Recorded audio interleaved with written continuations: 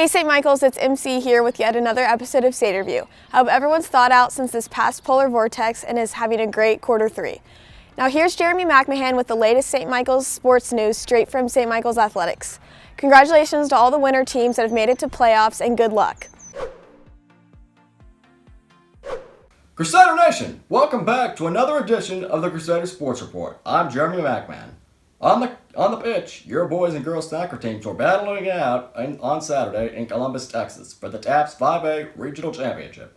The boys put up a tough fight versus the Pioneers of Houston Lutheran South Academy, but still ended up falling 3-1.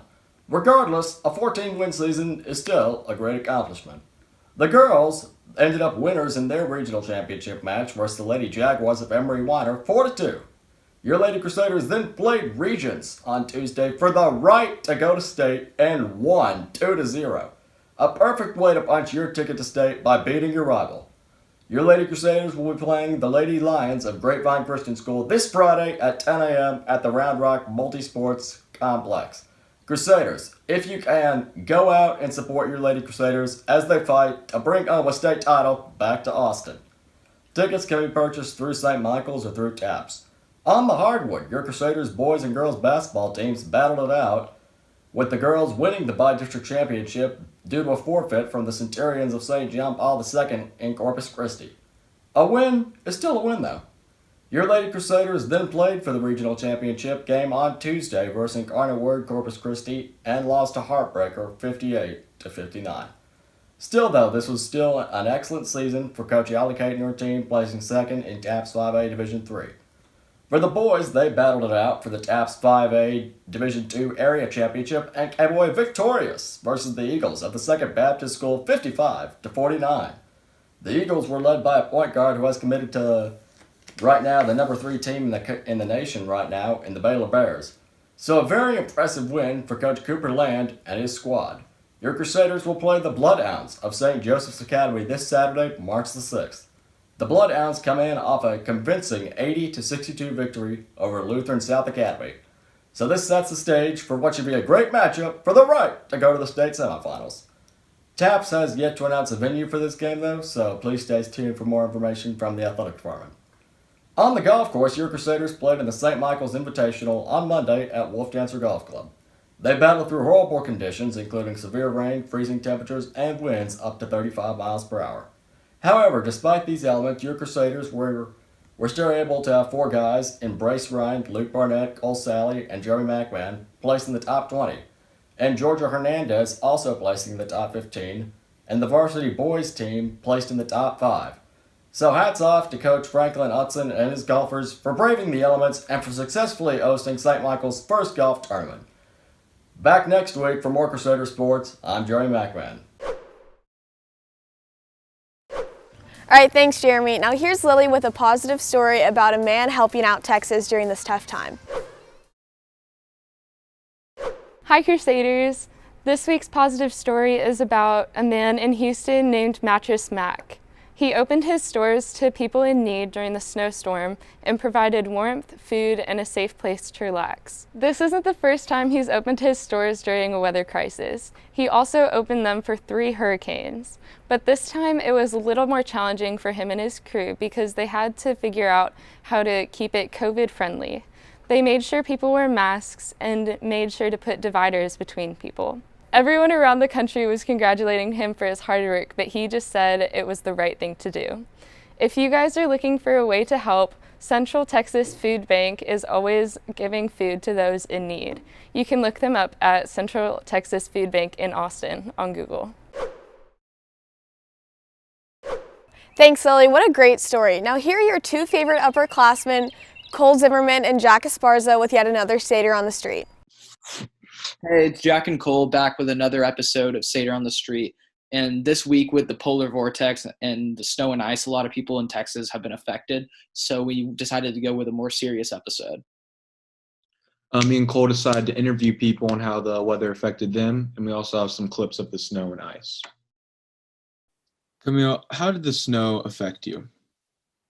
Our water was turned off for about 3 days. And our power went out, not for a super long time, but for a decent amount of time.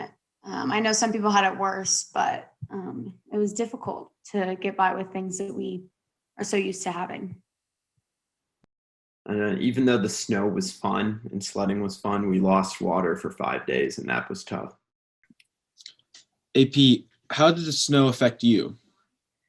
It kind of did affect me, not very well, but yeah, I went without power for a day. I didn't have water for almost a week, which kind of sucked. Yeah, it kind of sucked just like having to be inside for the week, but I'm just glad I got the power and the water back. Before the winter storm, we were actually one of the first houses to lose power. We actually lost it on Friday, so I couldn't go to classes on Friday. But we had power for the rest of the week, and so my grandparents came over and stayed at our house for a couple days because their power and water went out, and so they stayed out at our house, and then a few of my friends came and took showers at our house.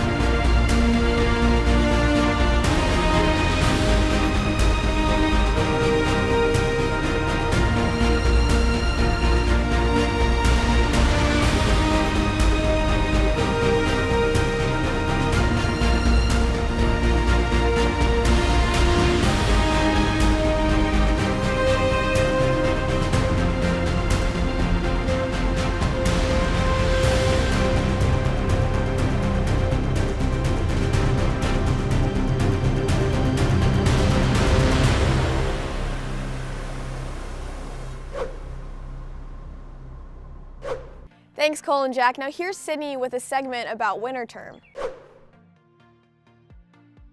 I'm Sydney Osgood. I'm a junior here at St. Michael's. I'm here to interview junior Cadence Lane and senior Gabby Bliss about their different winter term experiences. As we all know, one of our favorite opportunities during winter term is the opportunity to travel. As that did not get to happen this year, I still believe students had a great time in classes and with internships. So let's take a glance on that.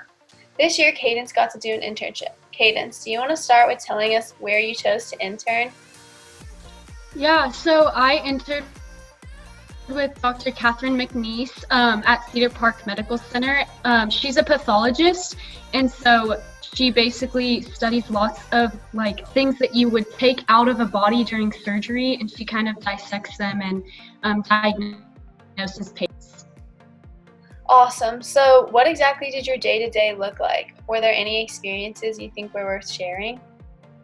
For sure. So one of my favorite things that we would do sort of every day with surgeries that came in overnight or during the day is we would do gross examinations, and that's kind of when you get to dissect stuff. So I got to see a stomach and an amputated foot and a gallbladder. That's really cool. Finally, how do you think doing an internship was beneficial to you in your future? I've always wanted to pursue a career in medicine, and so getting to work with a doctor for 3 weeks was definitely something that helped solidify my interest to do that in college. Thanks for sharing. Let's move on to Gabby, who chose to do classes with the school. Gabby, do you want to share what classes you chose to participate in this year? Yes, so I did Around the World in 13 Days, which was like culture around the world. And then I did Studies in Tie-Dye, Art and Wellness Mural, and Tactile Art. Great. Which one would you say was your favorite and you'd recommend to take if people had the chance? Tactile Art was my favorite because we got to do a lot of pottery, and then we did tufting, which is like making little rugs. Really cool. And finally, why do you think winter term is a unique and beneficial opportunity for kids at St. Michael's? I think it's a great time to like explore different areas that you wouldn't normally get to do during the normal academic year. I definitely agree. Well, that wraps it up. I can speak for most students at St. Michael's that winter term is a great time to decompress and participate in opportunities most students don't get to. So make sure to make the most of it during your time here and have a great day. Go Crusaders! Thanks, Sydney. I hope everyone had a great winter term, and I hope these final few days of quarter 3 are going well. Hope everyone has a great spring break. And in lighter news, Mr. D and Mr. Moreland, while being great teachers, don't necessarily see themselves having a future in rodeo.